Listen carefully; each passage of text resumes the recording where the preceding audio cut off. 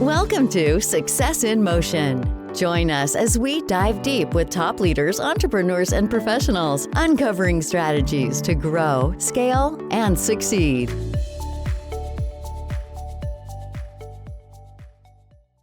Hey guys, welcome back to the Success in Motion podcast. This is your host, Michael Bishop, joined by Larry Coshow.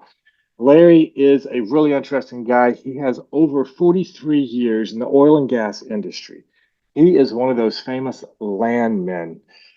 He started out as a stimulation tech in fracking, and now he's moved all the way to landman consulting, having his own consulting firm called Zakle Resources. And I'll let him correct me on how that was pronounced.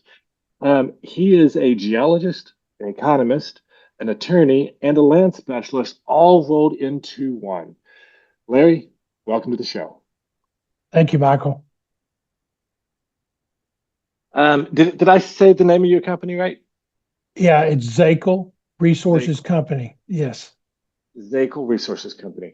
How long have you been working with, or how long have you been running Zakle?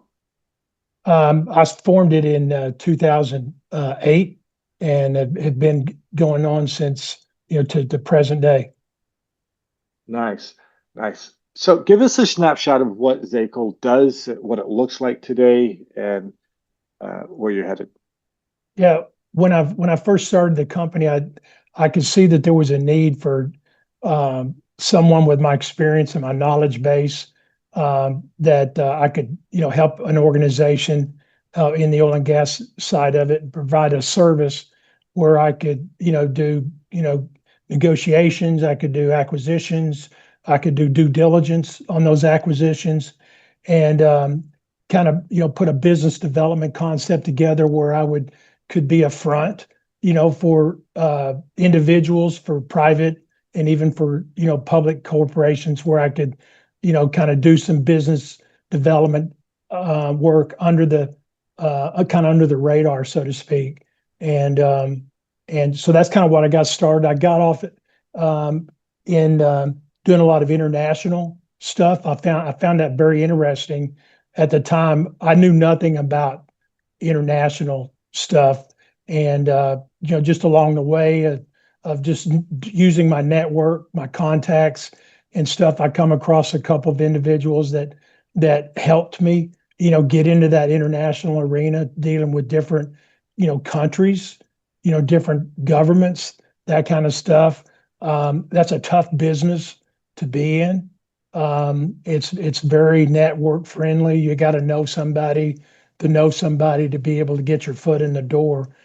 So that brought a lot of challenges, to me, and I did that for about 4 or 5 years, and then I had a friend of mine reach out to me and say, "Hey, can you come help me?" Because I'm putting my company back together again. He had built a private family-owned company and sold it, and I wasn't really instrumental in it, but I was more of a consultant and advisor. And then, after a year or two, he decided to get back into business. So then I went to kind of devoted all my time and attention to him for a couple of years and built his company. And at the same time, I was doing, it's opened up doors of opportunity for me to do similar stuff for other organizations. And today, that's kind of what I do. Today is I have 2 or 3 really good clients that I devote and give a lot of my time to. And then at the same time, I've just recently started a kind of a venture opportunity company with 3 of my friends that we've been in the business for a long time, and they've always wanted me to come with them and come help them start this new venture. And we started that back last summer, and so I'm kind of engaged in that stuff too, where we basically provide a service where people that, like geologists that have ideas, but they need somebody with knowledge and experience on the business development side to go, promote that idea and fund that idea. So that's something kind of new for me, getting into that segment of it, of the business. of looking at those deals and putting those deals together, and at the same time having a couple of clients where I do just a lot of the day-to-day business that a landman does, today. Yeah, you said a couple of things there that stood out to me. You said help a lot. It Yeah. sounds like you've had a career of helping people, which is really what a consultant does, right? They Yes. come in, they assess the situation, and they provide help in the fact that they have anywhere from 5 to 50 years of experience that they can dump into that company in a short period of time to take that company from where they are to where they want to be, which Yes. is a huge help. Um, how has this attitude of help motivated you throughout your career? I think it's been a big driver, for me. Um, you know, I say this in a good way. I'm very competitive. All my life, I was involved in sports, was very competitive. And, I got into this, as a landman. I mean, there's competition, every day when you're out trying to negotiate an oil and gas lease, and there's competition in the area. So you got to be creative. You got to find ways to get your foot in the door, to get that deal done, get it negotiated, and get it signed and executed. So for me, it's that passion, of being successful, being creative, and at the same time, uh, showing leadership. Um, a lot of times I've learned over the 43 years, sometimes you got to have a lot of patience because things aren't going to move as fast as you want them to move or as Mm. quick as you want them to move, or you may hear the things you don't want to hear. You know, my philosophy has always been as a landman, when you tell me no, that's a maybe. I And love it. so, I'm like, well, surely there's got to be a solution. There's got to be a way that we can come to some agreement and just keep pushing it back on the other side. Well, trying to learn. Well, Kosho, I'm not going to sell anything. I'm not going to agree to anything because I want to keep it. Well, surely there's got to be a way, to do something here. So I've always used that philosophy that, hey, you tell me no, that means maybe I got a chance. Larry, how have you defined or how have you come to grasp that concept? Because a lot of what you do as a landman is sales, right? You have to go Yeah, and talk people into selling the rights to the minerals, right? right. How do you get over that barrier that so many salesmen get hung up on of when people are telling you no, they're not actually telling you no, and it's not you personal. It's more of that opportunity that you presented that they're telling them. How do you separate yourself so that you don't just get weighed down with the burden of rejection? That's a great question, Michael. Early in my career, I got told no a lot. But I think for me, um, that helps me is I'm a very passionate person. And, I think it's so important when you're going to negotiation or you're talking to someone that, it's okay to be real. It's okay to be passionate. And for me, the most important thing is being honest, being transparent, and it's easy for somebody to say, that they're wanting to be honest, they're wanting to be transparent. The other thing is showing it where the other side believes that, and that's through my career, that many people that I've worked with, I talk to them a lot of times about reputation.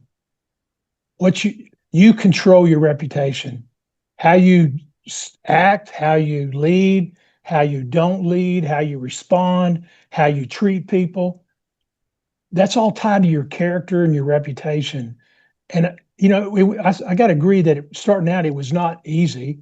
Got told no a lot, but over time I've built up a reputation in the industry that I work in as being someone that is easy to deal with, straight shooter, going to be honest. He's very passionate.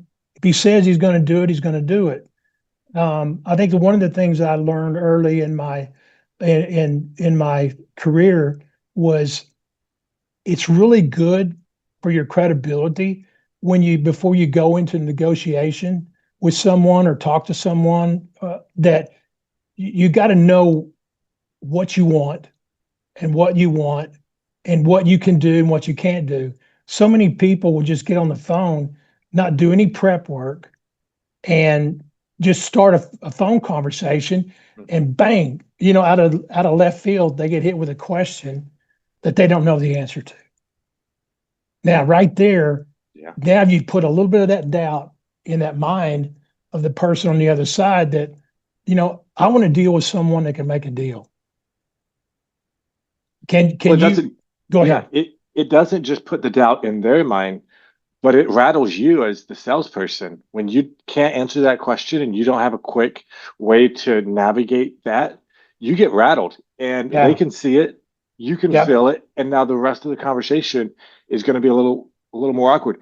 Hopefully, you have some good salesman skills and you can overcome those. But if you're not prepared when you go into those conversations, it's not going to be a good outcome. But when you come prepared, you're going to be able to answer those questions, or at least have enough other information to steer them in the right direction to stall them until you can get the answer to that. I think preparation is key. I agree with you, 100% there, Michael. It's preparation, and that's one of the things I taught, and led by example with the staff and the team that I've worked with in my career, how important it is prepare, be prepared, know what you're going to do, know what you're going to say. And, when you get on the line, you need to have assurance that the people behind you and the people above you in the hierarchy believe in you, and that that, hey, I've got the authority to make that offer.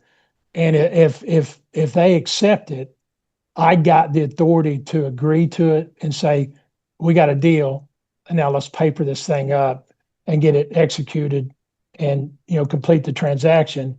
But at the same time, that doesn't always happen the way you script it, but you've got to anticipate the questions. I think one of the things I learned too early in my career from one of my mentors that I worked under was how important it is to know and understand what it is you want and what you're willing to do and how you're willing to pay it. And it's okay to say, I don't know if I can do that or do this proposal, but let me make sure I understand. So you're wanting this, and this. So you've laid the foundation of like, okay, I know this is what they're willing to do. Well, if I already know already that I can do what they're willing to do, now you decide whether you want to make that commitment right there, or maybe, say, hey, let me check with some people here on my end and make sure that we can do this, knowing that I already know how to do it, and then not sounding so urgent, or hey, I got to get this, I got to sign it today. It's just something that over time and experience you get a feel for it. And I think it's because of the many examples and experiences that people have. It, especially on the sales side, is you're going to face some rejection, you're going to get flat no's, and then you're going to get a lot of maybes. And the maybes are the ones that maybe you want to focus on and go execute on, because you're not far off. Yeah. So, Larry, you mentioned that there's a lot of competition in the landman space. Yeah, it is. There's a lot of competition in the consulting space. What is it that comes easy to you that others find challenging that makes you successful? I get to know the people on the other side. I don't just have a name and a phone number or an email. I try to get to know them. For me, it's getting on the call. Sending a text, sending an email, is okay. But pick the phone up and call them and talk to them. And for me, in being in the industry, I go to a lot of events that are like industry sponsored events where I know there's other landmen, there's mineral owners, there's other operators that are going to be present. And if I don't know someone, I try to get to know them.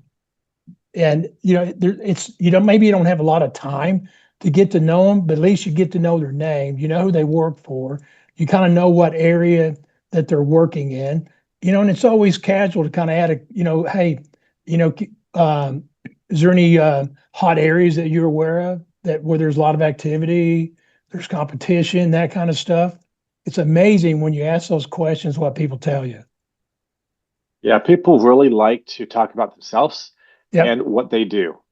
And so if you can start asking people about those two things, sometimes it might be hard to get them to calm down so that you can talk about other things. Um, so if someone listening to us right now wants to get into the landman space or the consulting space, what do you suggest that they do? Well, let me start by this. Um, getting into the landman space, if you have no, prior experience, um, you that's the hard part is the knowledge. There's a lot of universities that have, petroleum land management degrees. And I went down that path and graduated from University of Oklahoma. University of Texas, had a big program, and now there's other, Texas Tech has a really good land management program. They have programs in Wyoming and Colorado and Louisiana. So there's opportunities for people, getting into it from a college level. The hard part is getting into the business, getting with a company where you can start gaining that experience. It's doing the day-to-day activities. My first upon graduation, I got put into the field. When I say the field, I actually went to the courthouses where the property was located, where the subsurface people have identified, a prospect that we want to go look into. I started there and then just worked my way up, got to an in-house landman position where I'm working on a team. And on that team is basically other landman, subsurface, what people call geologists, engineers, and we got a team and we've got an assigned area that we go work. And just that day-to-day stuff, that's where you learn to negotiate leases, contracts, review title, and work on a team to build and put together and a well. You got a prospect and they want to drill a well on that prospect, and the landman has to know and understand. So that's a hard part of the business, is just getting into it and gaining that experience. Now, on a consulting side, for me, I've been in it for a long time. There's a big need for people like me, from a standpoint, because our industry, oil and gas industry, has gone through some mountaintops and valleys along the way where you had layoffs and companies were closing. Right now the big thing the last couple of years seems to be consolidation, where you're seeing a lot of mergers and acquisitions. You're seeing straight out, asset sales, that kind of stuff. And so now you lose people. You let people go. Some people, some of the layoffs that we've experienced in my 40 years, some people got entirely out of the business. Now I'm in that age of retirement where there's a big need for me as a consultant to come in and work on a team. And for the most part, are people that are, half my age or younger, that know a little bit of landman, but they haven't done the whole picture. They haven't done it from A to Z like I have. And so a lot of times I can be in a meeting and they say, well, what would you do next here? And I can give them 4, 5, 6 options, some of them that they've never even thought about because it's not something they've done before. And so then that's where I can come in and help them. Uh, it sounds like it's there's a significant barrier to entry to become a landman. You It have is. to have the experience to be able to get the experience, which makes it Yeah, difficult to get your foot in. But once you're in, there's a lot of opportunities. very And much. there are a lot of people who are in a situation that you were in, 10 years or so ago, where they're doing the landman role and they're good at it, but they've kind of become stagnant and they're looking for something more, a way that they can be more fulfilled. What do you think was the key that took you from being a landman to being that consultant? I think the experience that I gained, the knowledge that I gained over that time frame, and then come to that point in my career where like, you know, I can do this, by myself. I know enough people because of my networking. You start getting the word out that hey, that you're doing something, that you bring a knowledge. It's been easy for me to people call and say, hey, I've got a project I need your help on. Can you help me? And uh, it, to me, the networking is the big thing. Your reputation is a big thing. As a landman, I developed a good reputation, character that carried me over into the consulting world, and I haven't changed. I haven't compromised. And I look at people know that I'm doing this. I'm getting asked now, by a lot of my friends, and even by some of the younger landmen, is why are you doing this? Why are you continuing to do as a layman? I mean, you can retire. I said, yeah, I know that. I said, but the thing that for me is I want to help somebody put a project together and see the success. And it's not me, it's we. I'm always Yeah. working with some other person, some other team. So in some cases, a lot of the younger landmen in our industry, and they're learning from me by me working with them and sharing my ideas. But for the most part, I have fun. What I'm doing now is I'm really good at. I've been in the leadership, I've been the executive level, and I've been to I call it the mountaintop. Man, when you get to the mountaintop in a lot of corporations and companies, it's lonely up there. Yeah. It's lonely. People are like, what? Well, yeah, there's all the perks and benefits. Yeah, I agree with you, but it's lonely. It's lonely up there. And I said, now I'm down in that level where all the work's being done, and that's what I'm good at. It's what I'm really good at, and that's what I think it's my work ethic and the ability that I have fun and the passion that I have doing it is what keeps carrying me to keep doing this because I'm having fun. The minute I stop having fun doing this, I'll stop. But I don't see that happening anytime soon. Yeah, I want to touch a little bit on this aspect of it's lonely at the top. This is something that I feel like doesn't get brought up enough in general conversation. And people work their whole lives to get to the top, and then they get up there and they realize it's not everything that they thought it was. Yes, there's opportunities at the top, but you have to give up a lot to get there. Yeah. Tell me your experience with that loneliness. What was that like for you? It wasn't what I wanted. It wasn't what I expected. Like you said, you dream about, being, an executive or a CEO or CFO, COO, whatever that is, position is, you get up there. Well, now there's not very many of you, so to speak. And now you answer to a whole different group of people. You're bored in those cases, and I enjoyed that aspect of it. But man, there's a lot of times where you're by yourself, and you're faced with a big decision that could impact a lot of people, could affect the organization. That you're like, gosh, man, you know, I don't want to make this. Do I want to make this decision by myself? And because at the end there might be only two or three of you, but in the middle of an organization, you got lots of people, you got lots of resources that you can go to. And then two is um, I never really done this, but I've seen it done in a lot of places I've been at, where you get to the top, you isolate yourself from the people. I didn't do that.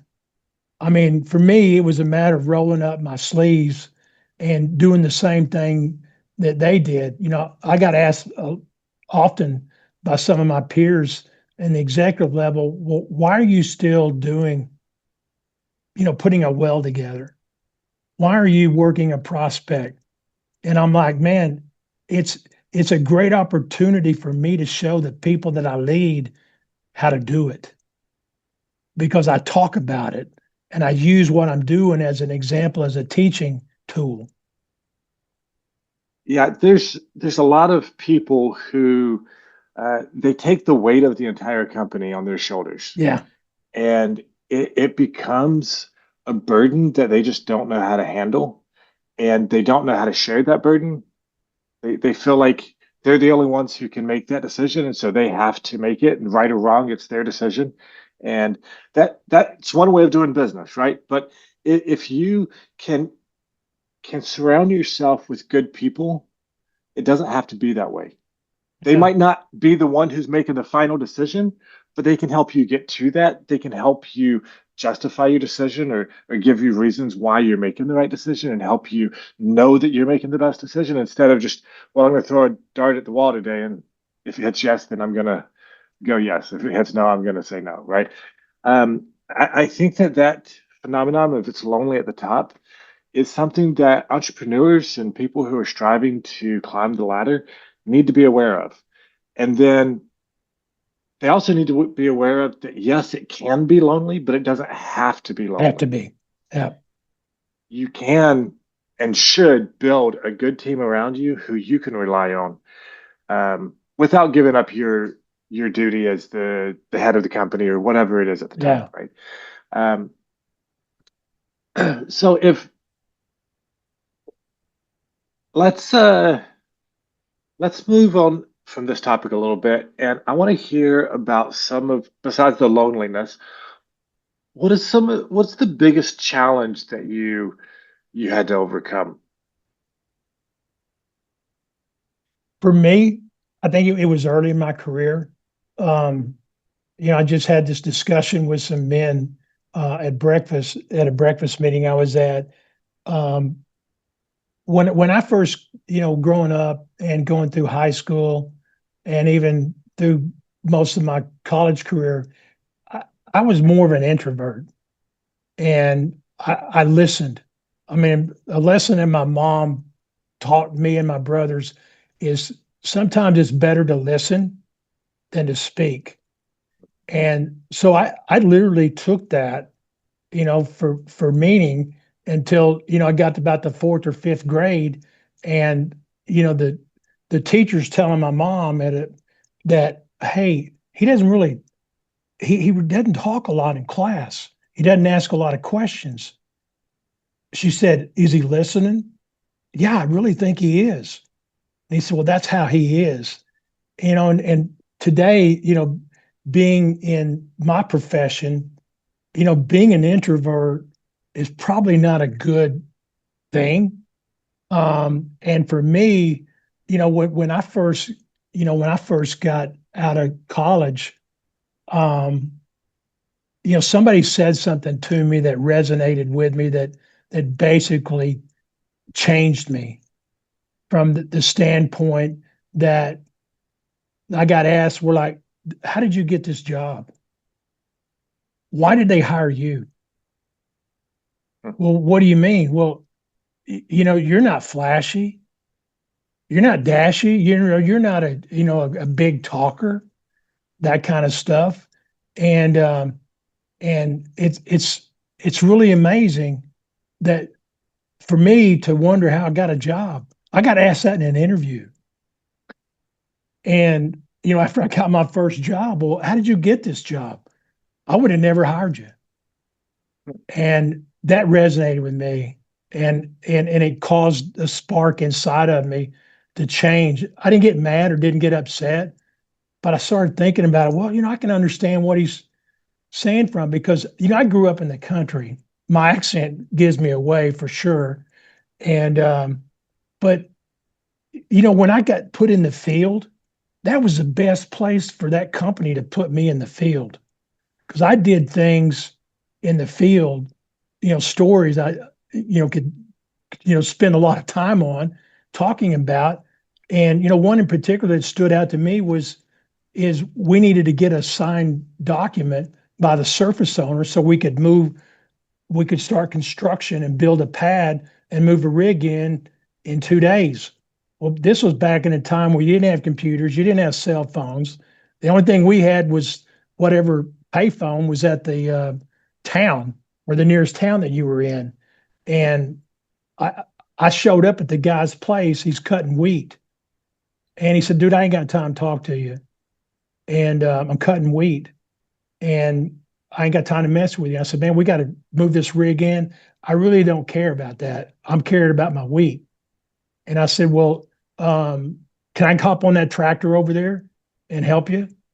Because he had another tractor. He was cutting wheat. And he said, "You know how to do this?" I said, "Yeah, I know how to do this." So I cut all night. He comes out there and says, "Hey, we're having breakfast. Come into my house. You can have breakfast with us." And he said, "I can't believe what you did. You stayed all night." And I said, "Dude, we got to cut wheat. You got to get the wheat out. We got to get it out." And so I had breakfast with him. The guy said, "You got them documents you need me to sign?" Nice. And we signed the documents. And then he thinks I'm leaving. And I head for the door and I said, we still got work to do. We got to finish the job. And that resonated for him. And it resonated, to me that sometimes you got to do the little bitty things to establish that credibility. And that kind of brought me out of my shell. And it was just, that was the beginning. And, I'm not to say an introvert anymore. Sometimes I kind of fall back into that sometimes, especially if I'm in a room with other people and they'll say, "Hey, what do you think? You haven't said much." That's because I'm listening. I'm Yeah. listening. Yeah, I don't want to spend too much time on this because we are getting near the end of our time here for the show. But I think the concept of an introvert versus an extrovert is super fascinating, and it's also people misunderstand what it means. Yeah. I also am an introvert, right? And so just a quick understanding of how I have interpreted being an introvert versus an extrovert, it all has to do with energy levels. It Yeah. doesn't mean I can't go talk to people. It doesn't mean that I can't get out of my comfort zone. What it means is when I go and I talk to people, my battery gets drained. For an extrovert, they start the day with their battery at half or below half. It's empty. They don't actually start to get energy until they start talking to people, right? And so that really, when I realized that, I found out that I have a certain amount of energy to give. And so I stopped wasting that energy with giving it to things that don't provide value. And Yes. so when I focus that energy where it needs to be, I can get just as much done, if not more than an extrovert by using that energy wisely than by not knowing what's going on. So if you are an introvert and you're listening to this, do some research on the battery of an introvert. Yeah. It will change your life as it changed mine. It looks like Larry had a similar experience with understanding his introvertedness. I had a similar story growing up in grade school where I was sitting in a class one day. I'd been there through the entire class. It was the last quarter of the year, and the teacher asked a question, and I answered it. And the girl sitting beside me, she looked up and she was like, "Wait, Michael, I didn't even know he could talk." And I'm like, "I've been sitting here right beside you the entire year." And that was my eye-opening moment to how introverted I had become. And yes, sometimes I do fall back into that introvertedness, but now that I recognize it just like you, I can manage it. And Yeah. not just manage it, but use it effectively to help life along. So um, a buzzword that's going around right now is work-life balance. There's a lot of people talking about how to juggle work and how to juggle personal life. What are your thoughts on this? Man, I've learned by experience. I'm almost embarrassed or ashamed to even say this, but when I was like in the middle of my career, in the mid '90s, where we were probably one of the premier operators, in the lower 48, very busy, was given a lot of responsibility. And, at this time, my two boys were in like grade school, middle school. And as I look back now, because now they're married, they're husbands, they got kids, that I didn't do a very good job on the work-life balance. For me, it was like, I got to get this work done. I got to get it done today. I never looked at tomorrow. I'm like, I got to get it done today. And but the one thing I held myself to, and my wife did a great job of keeping me in that balance, is when my kids were at a school event, a church event, or something like that, I walked away from it and gave my time to them. As soon as the event, whatever it was over with, I'm back working again. And that's one thing I probably wish now I would have done a little better. It's, just showing up for the event, talking to them a little bit, but, maybe not being there, when they needed me a lot. That's the one regret that I have. And I really talk about that a lot, especially to the young landmen and the people that I'm around, how important it is. They're talking about their family. And I'm like, hey, keep life balanced, keep it balanced. It's just something I wish I would have done just a little bit better. My kids never complained or never said anything about it, but then yet, I look back and I'm like, gosh, man, was I would I could have been better. Maybe I'm too hard on myself or was too hard on myself. But to see my boys now, they got balance in their life, which I'm very proud of. I kind of joke around and say, your father didn't probably model that too well for you guys. They're like, oh, y'all know, Dad, we understood what you were doing. We understood what you're doing. Well, I think that there's something to be said there. Like there's a time and a season for work, and there's a time and a season for play. Yeah, And I think the key, and you pointed out, like when your kids had an activity, you were there, right? You might not yeah, have been there for 8 hours, but you were there when they needed you, when they wanted you to be there to see them hit that yeah, ball or catch that pass or whatever it was that they were doing. Um, and so I think that the key to it is being present when you are there. You yeah, have a job to do. You have work that needs to be done, right? You have to provide for your family. The key to that balance for me is just being where you stand and being present when you're with your family. A thing that I struggled with a lot was my cell phone, right? They're in your oh pocket, yeah, they're always on, they're always ringing. And so I've taken my phone and I've found the do not disturb feature. And so in the yeah, evening during family time, I put it on do not disturb. Now, I can still go and pick up my phone.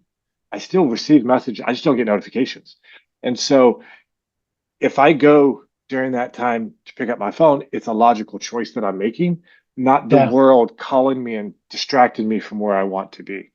And so there is a way to do it. Everybody has to find their own balance and figure out what's best for you and your family.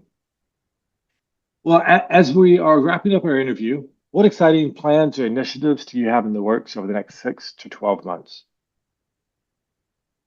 I want to continue, working with the people that I work with as, my client base. I'm really excited about that. It's something different every day. It's whatever the need or whatever the need arises. That makes what I do very exciting to me because there's variety there. And at the same time, I've mentioned I've started a kind of a venture opportunity with three other guys where we started a company pretty much from the base, from the foundation. I'm really excited to see that grow and expand. This year and into next year. We've done a couple of really nice um, deals, opportunities that I think is going to give us a lot of traction because, word will finally get out what we're doing. And we're already starting to see some of that happening where people are like, hey, I was given your name, somebody that I need to talk to.